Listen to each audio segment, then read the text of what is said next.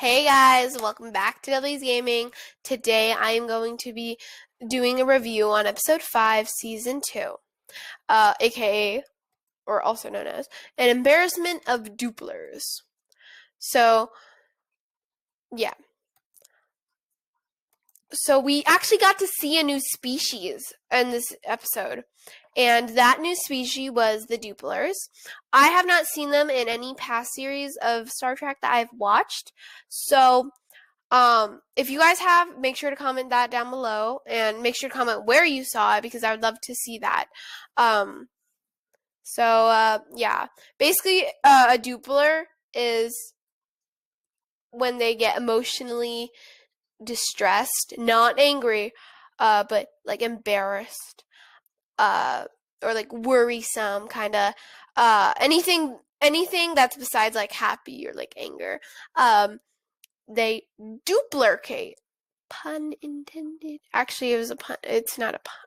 It's a pun, but it's not a pun because that's literally the term they use, duplicated. But it's also a pun too. But anyways, yeah. So we got some characters, and this episode's characters were Freeman and Mariner and Boimler and Tendi and Rutherford. And this was a pretty cool because usually we haven't seen usually as much Freeman in the past couple episodes, so it was cool to see her again. And yeah. Now, for the summary, there's actually, this is the biggest summary so far since I've started doing a summary for the episodes. I think this is probably the biggest summary that I'm going to do. So far. The Cerritos was supposed to deliver a Doopler to Station 25, but they accidentally made them duplicate, and now they have to get that under control. Or Freeman. That was more like Freeman. Mariner and Boimler tried to get into an exclusive party, so they didn't really help get the Dooplers under control. They were trying to sneak into a party the whole time and escape station security. So, yeah, that sucked for them because that was a big thing. Anyways, Tendi and Rutherford, they're having trouble finishing this Cerritos model they have. So, they keep on getting to the warp core, but then in the end, they find out that they kept on redoing it over and over and over once they got to the warp core or like a certain point in their building, because they would start over so then people wouldn't like bother them.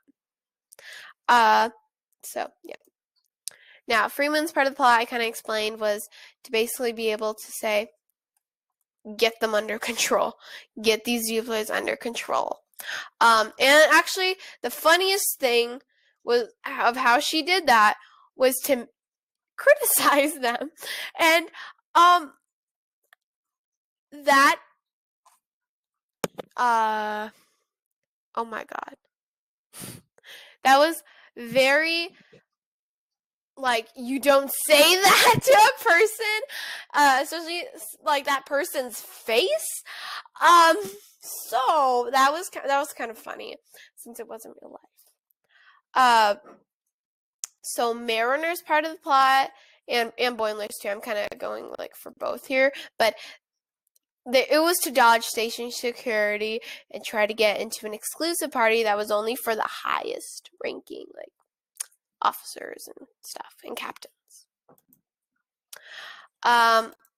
So yeah, that was Boimler and Mariner's. Now, Tendi's part of the plot, and Rutherford's too, was to try to find a safe place to be able to do their model. Except Tendi forgot to mention to Rutherford one little itty bitty thing, because Rutherford was getting all frustrated, like, I can't finish this model. But Tendi was like, she just failed to mention to him, like, dude, we cut, maybe just a little bit, we start over every time we get to the warp core. So, yeah, that was kind of bad on Tendi's part. I mean, take a hint, girl. You, this man is struggling because he can't finish the ship. You should say something, my opinion. But, yeah. So that was kind of funny with irony. Basically, yeah.